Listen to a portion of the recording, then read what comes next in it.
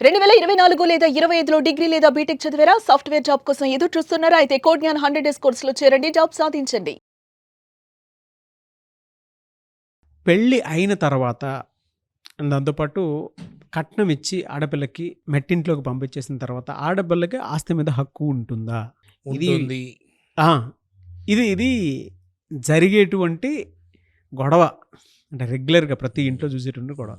కొంతమంది చాలా తెలివిగా తీసేసుకొని వెళ్ళిపోతారు. కొంతమంది దానికి బ్రేక్ చేసుకోవడానికి గొడవలు పెట్టుకుంటూ ఉంటారు. అన్నదమ్ముల మధ్య, అక్క చెల్లెల మధ్య గొడవలు చూస్తూ ఉంటాం మనం.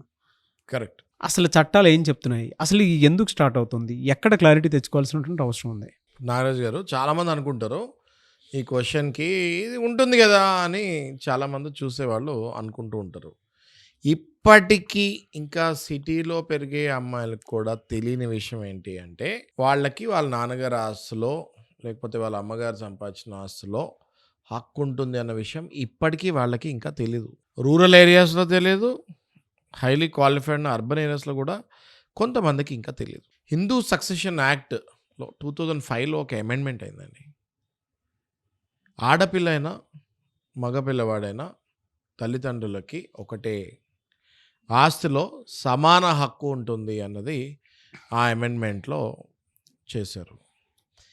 ఎప్పుడైతే అమ్మాయికి పెళ్ళయి అత్తగారింటికి వెళ్ళిపోతారో అక్కడ ఇంకా నాకు ఆస్తిలో వాటా ఉండదేమో అని మళ్ళీ కొంతమంది ఇప్పుడు కూడా భావిస్తూ ఉంటారు.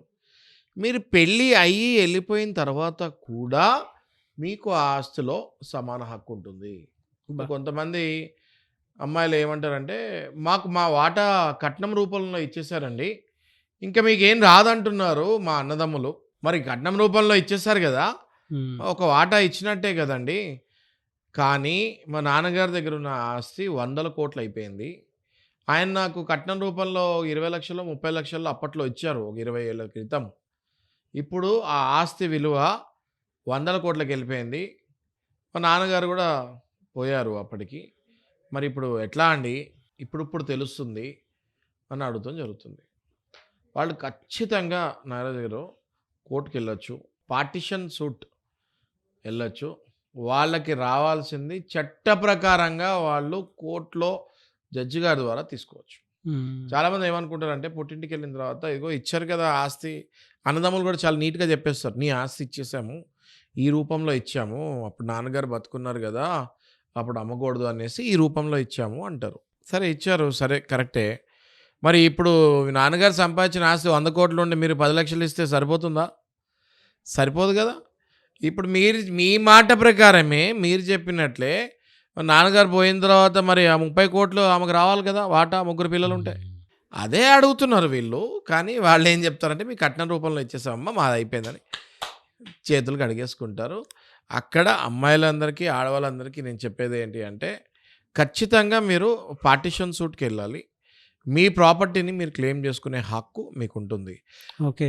ఆస్తి అంటే ఓన్లీ ప్రేమే కాదు, అది గౌరవం గూడా. ముందు ఏంటి ఆస్తి అంటే ఓన్లీ ప్రేమ ఉంటేనే ఆస్తి వచ్చేది కాదండి. మీ హక్కు అది. మీ హక్కు మీరు వినియోగించుకుంటాము. మీ పుట్టింటికి, మీ అత్తింటికి వెళ్ళిపోయిన తర్వాత కూడా అక్కడ కూడా వాళ్ళు అడుగుతారు. అంటే జనరల్‌గా అడుగుతారంటే కట్నం రూపంలో కాదు గానీ, మీరు మరి ముగ్గురు గదా అమ్మా! మరి అన్నదమ్ములు అక్కడ ఇద్దరున్నారు. మీరు ఒకళ్ళున్నారు గదా! మీకు అంత గౌరవం ఇస్తున్నారా లేదా? వాళ్ళ ముగ్గురిలో మిమ్మల్ని గూడా ఒక వ్యక్తిలాగా చూస్తున్నారా లేదా అన్నది వాళ్ళు అడగకపోయినా వాళ్ళ మైండ్‌లో ఉంటుంది గదా! సో, తల్లిదండ్రులకి నేను చెప్పేదేంటి అంటే, అన్నదమ్ములకి నేను చెప్పేదేంటంటే, ఆడపిల్లని అలుసుగా చూడకండి. పెళ్ళై ఎళ్ళిపోయిన తర్వాత కూడా ఆస్తిలో సమానంగా మీ సిస్టర్‌కి ఇవ్వాలి. మీ కూతురికి ఇవ్వాలి.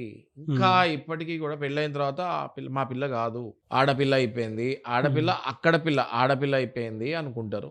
Which is very wrong. అమ్మాయి అయినా, అబ్బాయి అయినా సమాన ఆస్తి ఉంటుంది. 2005 సక్సెషన్ యాక్ట్‌లో ఇది అమెండ్మెంట్ క్లియర్‌గా అయింది నాగరాజు గారు.